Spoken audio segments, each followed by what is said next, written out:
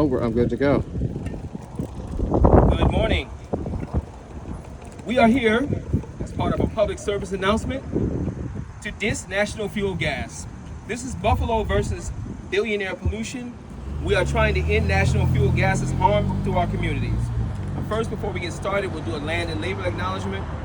We are in the unceded land of the Haudenosaunee people, a people who have stewarded this land for thousands of years.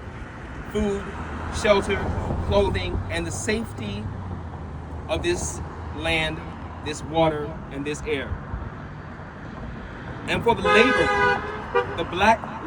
the black-skinned, beautiful folks who built not only Buffalo off of their backs and their sweat, from their tears and their literal blood. We give honor to both the Haudenosaunee people and the African descendants here in Buffalo, New York, and Western New York. Let's get a little bit about why we are here today, what's at stake. Today, all over this country, and actually all over the planet, world leaders are gathering in New York City for the United Nations General Assembly and Climate Week. We, those who are pushing back against the global billionaires and the madmen running this country and other countries, the fascists, we are the people, and we are global. This is the time for Buffalonians specifically, along with the rest of this planet, to show the world that we are revolting against Trump and the fossil fuel billionaire class. This is where we draw the line. This is where we draw the line. We draw the line between us and them. It's not just racists running this country, it's billionaires. So there is an intersection between racism and capitalism. These are not separate things. National Fuel Gas, as one of the most powerful fossil fuel companies in this country, is harming our planet. And they hold undue influence on our state and our local governance, on our state and our local governance. So today we're going to outline the harm that fossil fuel companies, that includes utility companies like National Fuel Gas, do to the earth, to our communities, and the harm it does to our children.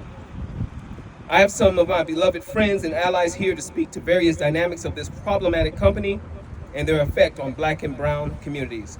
First up, Dawn Wells Clybourne, the brilliant and amazing executive director of the mighty Push Buffalo. Tell him. All right, I'm gonna get my notes out and make sure I'm clear. Good afternoon. Good afternoon. Or good morning. I'm coming off of West Coast time here and trying to get my bearings. But it's pretty clear what we're here for today.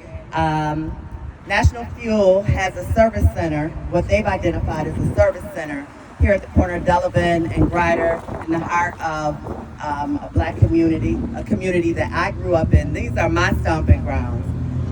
I worked at that McDonald's. I worked at that gas station that used to be A+, and it used to be a pharmacy right there. So, food, clothing, shelter, all of those things are very, very important when you talk about the health and well-being of a community. We like to throw community around, but community is a collective of people who are living amongst each other for their own self-determination and for their needs to be met. And I mentioned this is my stomping grounds because I take particular offense to folks who come into our communities uninvited. Say it. I don't think that this community invited National Fuel to come. I think what would be more authentic is if National Fuel had a conversation with community and asked community what they need. And, to be quite honest with you, it's not that hard. They really don't have to reach that hard. I think having high gas bills and having an infrastructure that allows for our children to continue to suffer from asthma, for our elders to suffer from breathing diseases, COPD, and it be exaggerated by National Fuel's agenda to continue indoor air pollution with gas. We need to divest from gas And this isn't a conversation about being able to heat your home and how to heat your home. This is a conversation about how we transition, because we all know it's not going to happen overnight. We all need to have clean air, clean heat, food, water, and the ability to clothe and house ourselves. So this is a conversation about how we do that and how we hold people who have the power and the wealth accountable. Today is about, where are the billionaires? You know, it sounds so far off in the distance, but the billionaires are right here, looking at our signs. 25,000 shut-offs last year alone. Yet, what's really interesting is that National Fuel won a rate hike by the Public Service Commission, which is another problem that we'll have to address. 30% rate hike is what they went after as they shut off 25,000 households. But they want an increase of 18%. So that means they can charge families, low income and working class families 20% more as we look around the country and respond to the economy taking a nosedive. We respond to benefits being taken away from those that already are working with scraps. And if we can't pay our bills, I'll pause for a second. If we can't pay our bills, we're shut off. National Fuel is a bad actor, and that's point blank. Statewide right now, 1.1 million utility customers are more than 60 days late paying their bills. And where does that leave everyone? That leaves us in a state where we have to fend for ourselves. We have to decide whether or not to put food on the table, to get our scripts filled, whether or not we're able to get to our jobs. This puts us at risk. So the call to action today is to demand that National Fuel be held accountable, and we want to have some conversations with community. We do have a lot of information available, and this Tuesday, we invite the community out to come to our community meeting at 429 Plymouth Avenue. We also will be in every community possible, because this isn't just affecting one neighborhood or one group of people or one income. This affects everyone. So if they can do it here on the east side, Delavan and Grider, they're going to do it in Black Rock. They're going to do it on the west side. They're going to do it in South Buffalo. They're going to do it in North Buffalo. And as the purse strings get tighter and tighter, what we'll see is that folks will have to make some really tough choices. And we don't want the choices to be folks are dying because they can't heat their homes. And this cycle of shutting off in the spring, shutting off in the fall just before the cold weather hits is not acceptable. And then placing a service center here that will serve only National Fuel is also unacceptable. Thank you all. Thank you so much. We deserve better than this. Yes, we do. We deserve better than this. We deserve better than We this. deserve better than this. We deserve better than this. We deserve better than this. We deserve better than this. You see that big head right there? Yeah. Bring that forward. Yeah. Bring that forward. This is Mr. David Bauer. Wow. Yes, he is rather Caucasian. He makes $8.65 million per year. How much? $8.65 million. This company, National Fuel Gas, is attached to the billionaire. Now, he's a millionaire, but they have made over $1 billion over the past couple of years. So they are part of the billionaire class. Not to mention, they support this current presidential administration, which is snatching billions of dollars. Now, I'm not saying millions with an M. Billions of dollars from climate work, the things that are necessary to protect this community, these communities, our communities, black, brown, indigenous people. Simultaneously, there are data centers being built everywhere which will suck up all of the water. Yes. And then they've got waste. This is all interconnected.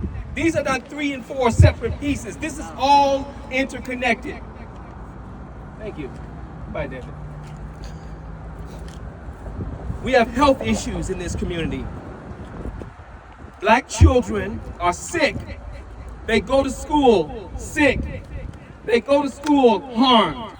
We live in what we call at Push Buffalo Swiss cheese houses, Swiss cheese homes.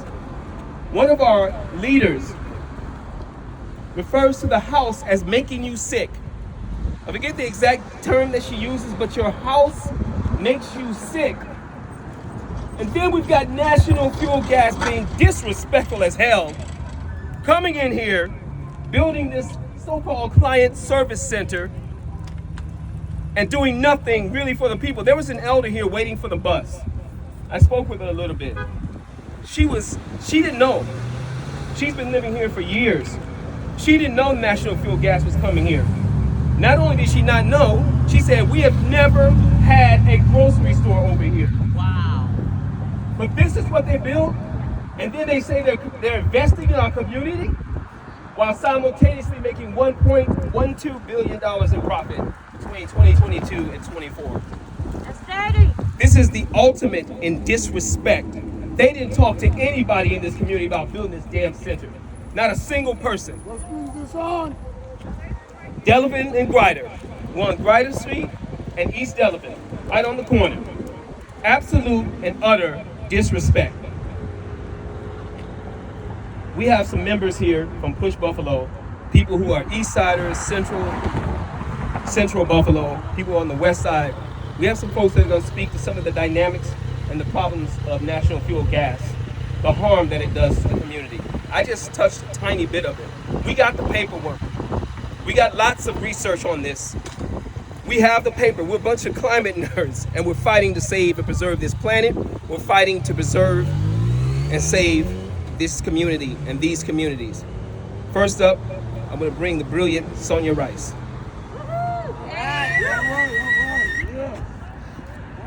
Good morning. Good morning. I'm Sonia Rice, member of Push Buffalo, lifelong Buffalo, New York citizen, and recently There you go. being poisoned by carbon monoxide, making my house sick.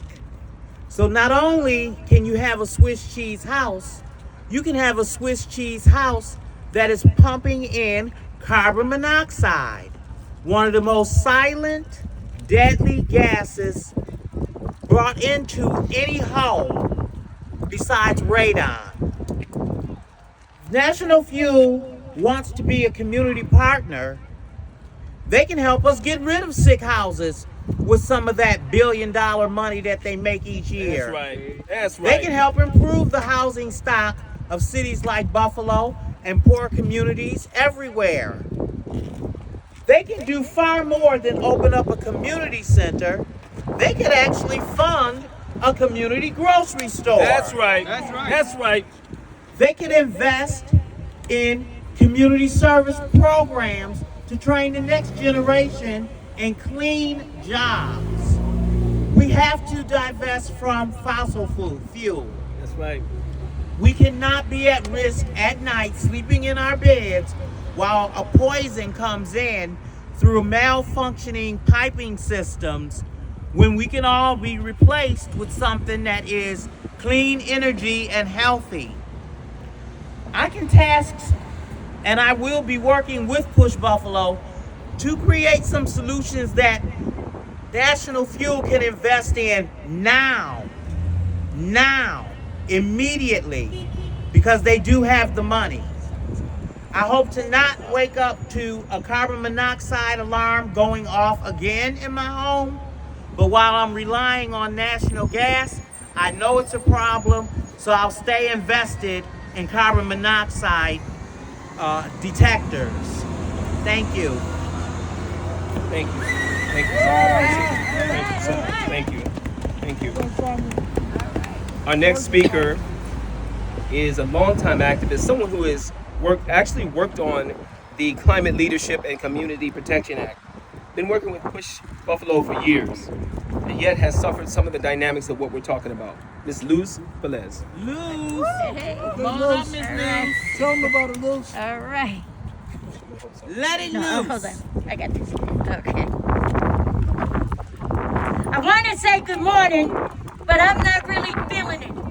Okay? I'm here because a lot of us on the east and west side have suffered because of National Fuel. To say that we have sick homes is nothing. We have homes that are killing us. National Fuel has not taken on responsibility.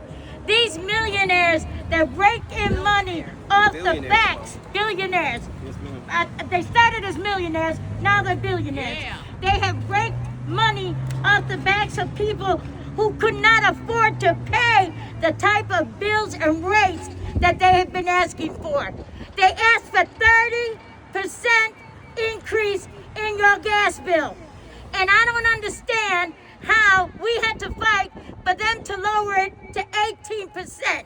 When we have a law that was passed, that I laid down, a lot of us laid down waiting for this law to pass. It took over 5 years, and the state has not enacted it. It is a law that would bring jobs and monies to our communities to fix these Swiss cheese homes that keep our gas bills high. I don't care if the government says, oh, I'm giving you some heat money, so you should be all right with that. I'm not getting that heat money. These people are getting that heat money. Right. So ain't none of us really profiting from things like this. Now that law I was talking about was the New York State Climate Leadership And Community Protection. And Community Protection Act. That's all right. And I'm sorry I forget. That's all right. I'll tell you why I forget. Because National Fuel made me physically ill. I take over 14 medications. I have so many comorbidities that every time I turn around, I want to cry. But you know what? I'm going to stand here and I'm going to fight. Because it ain't about me. It ain't about me. It's about the future of our communities. Black, brown, indigenous, low income. All of us, we facing the same thing. Because like I've always said, ain't nobody got Elon Musk money. Ain't nobody got Zuckerberg money. And none of y'all are going to Mars when this planet is messed up. I want to say effed up, but I'm trying to keep it clean. All right? When this country's not doing enough for you because they're looking out for the millionaires, we have a problem. So I'm looking at, we have a lot of elders, we have a lot of children who are dying, who are being diagnosed with asthma, bronchitis, COPD, a lot of other comorbidity, diabetes, all kinds of things that are not being taken care of because a company like this is coming in talking about they bringing services to our community. What services are they bringing? They bring in services so they can collect money off of you again. Okay? This is not a service center. You are not going to get nothing from them but a sob story about, well, we're so sorry, we have to cut your bill because you didn't make your payment. Or we can't afford to give you another payment plan because you done had 12.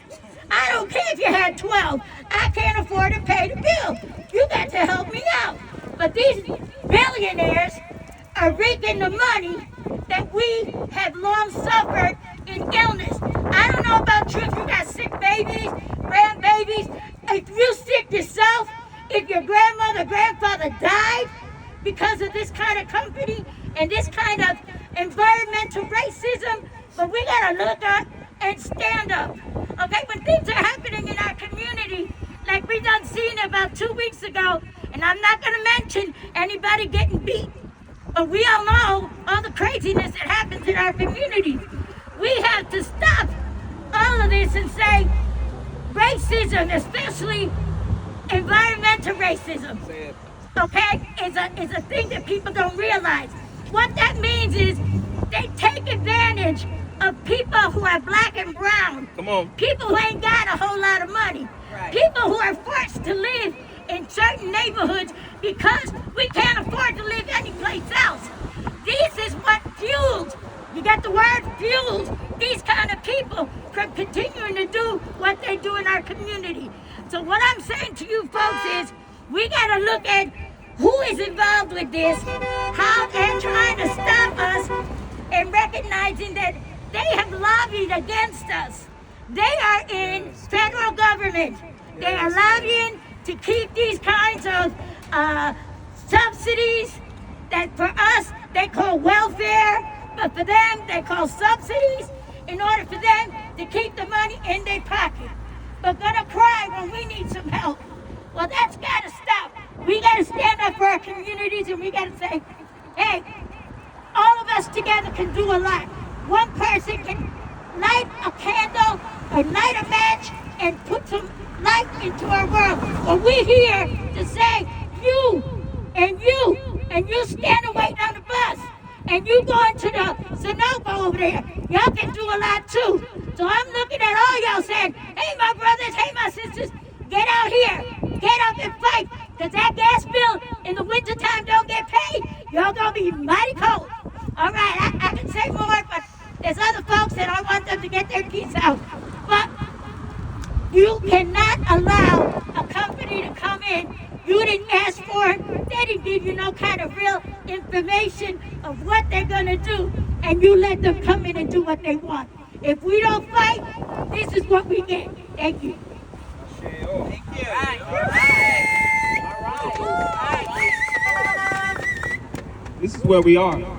This is very real. It doesn't get more real than this. This is people experiencing health issues that are exacerbated by the economic dynamic of paying these high-ass bills. They are harmed, and they have to choose, as Dawn pointed out earlier, between food and health care. They have to choose between food and paying the rent. The rent's already too high. Too high. The gas bills are too high. Way too high. The electric bill is too high. Too high. The taxes are too high. We cannot do this anymore. And the incomes aren't high enough. And the incomes are high enough. That's right. So this is again where we draw the line. This is us versus a them. That is capitalism and racism simultaneously. I'm going to bring another speaker up. A man that myself and my buddy Clark here, we say he must have lived about 18 lifetimes. Because we can't figure out which Richard Dredd we're going to get. But when we get even one of them, we're getting a whole lot of power. Mr. Dredd. Mr. Dredd. Mr. Dredd. Hey, good morning. Or good morning. Or it's an afternoon yet. I say that because I have sleep apnea, so I have a difficult time realizing what time of day it is. Yeah. Along with the medication I'm taking, I'm always high or whatever on this medication to try to help me out. The places I lived in at 76 years of age, my family, we moved 18 times before I got out of high school. All in homes that were bad housing situations. And we didn't realize it, but that's my experience. Going to 9 different schools as well, as a result of it. Being placed in special education, and that wasn't really a problem with me, it was discipline. Speak like you're right here. It was discipline. There you go. I say all to say is that we are adversely affected by these rates they're charging us. We can't afford them. At this stage of my life, being a senior, I'm on a limited income. So I have to pay rent and other utilities. I just don't have it. So when winter comes, I'm either gonna be cold or out of the house. I gotta make a choice. And I don't wanna be forced into situations traditionally we had to do in order to survive. And that is, when you cut your gas off, what did we used to do with your lights? Back in the day, we used to go right back behind and turn it back on. Can't do that no more. Can't do that no more. They made that harder. You go to jail. We don't want to have to be pushed in that corner. they adversely are making us criminals by what they're doing to us. And we don't want to live that life.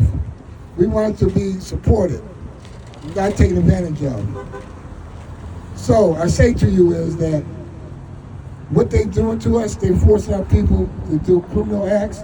So therefore, once they get charged with something like that, turn the gas back on, the lights back on in the home, you're going to jail.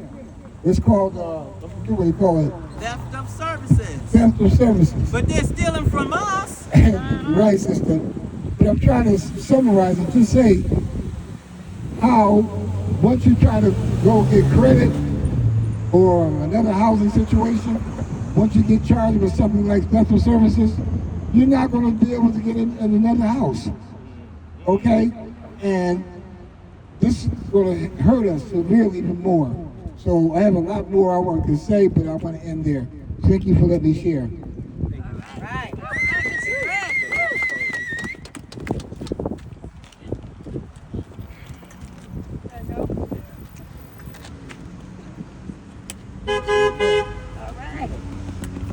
So we believe, we have an understanding that if National Fuel Gas was honest, which we have just laid out that they are not honest, they are not good at heart, they are not working from a good position, they are bad actors,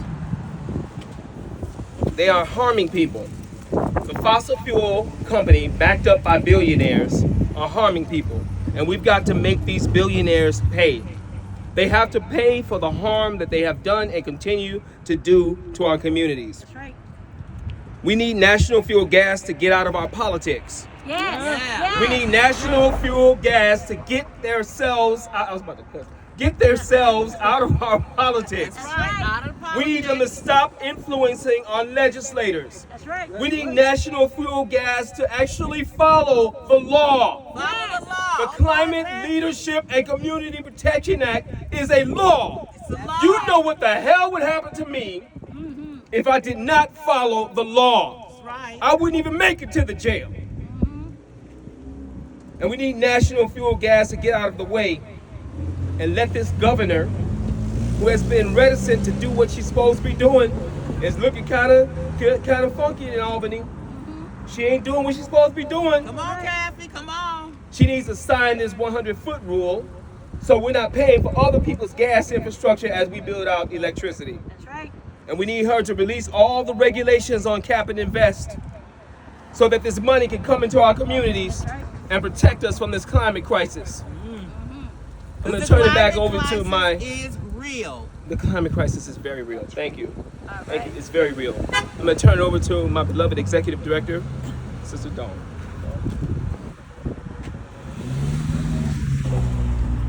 Thank you, brother, for entertaining me. I guess I just wanted to put a cap on the fact that, on the fact that a lot of times we're talking in really, really big terms, right? We think about, oh, those billionaires there in Washington, D.C. We think about, oh, capitalism, it's a faraway thing. What does that matter? I have what I need right now. Some people do have what they need right now, but really, it's getting hectic. It's getting worse and worse by the minute. But let's make sure we connect the dots. The billionaire class is not far away. They're right here in our backyard. There's no way that you can have Buffalo as one of the third poorest cities in the country. Wow. See it. And not have the most concentrated wealth in this same city and region. We're the second largest city in New York State. However, we're the third poorest. Energy affordability is a real thing. We need to be able to afford our bills. We need to be able to believe that we do have a clean energy future, and it's right at our hands. When I hear our governor say that there's no money for these things, and yet we have 18% rate hikes, and what is that number? 1.12 billion in profit. And you got everyday working class people here that we don't get paid. My salary certainly isn't $1 million. No. I don't get paid that. You all don't get paid that, right? If y'all got it, please let me know. But this is a problem, and it can't continue. All right. Just gonna let him go. This is a problem, and it can't continue. I just want to make sure that we understand that the call to action is to get involved. Yes, environmental racism. Thank you, Ruth. You always bring it home. But we also have to look at what we can do right now. And there's a ton of things that we can do right now to bring this home, and also demand that we have more. Divesting, that means we are not going to live off of fossil fuels forever. It's going. It has a life cycle, and it has already died. Rest in peace. Now it's time to continue to move forward with the plan that the people put in place. People like you and I in 2019 went to Albany, and we got that law on the books. Now we must maintain that law, or they're going to repeal it, just like we see everything that's being repealed at the national level, and all of our uncourageous state leaders and local leaders that are following suit and complying in advance. We don't have to comply in advance. We can get what we need. It's going to be a long, hard battle, war, but we can win. We did it once, we can do it again. Thank you. Thank you. Thank you. And that ends our public service announcement from Push Buffalo. Thank you very much. Make these billionaires pay. Make National Fuel Gas pay. Pay. Pay.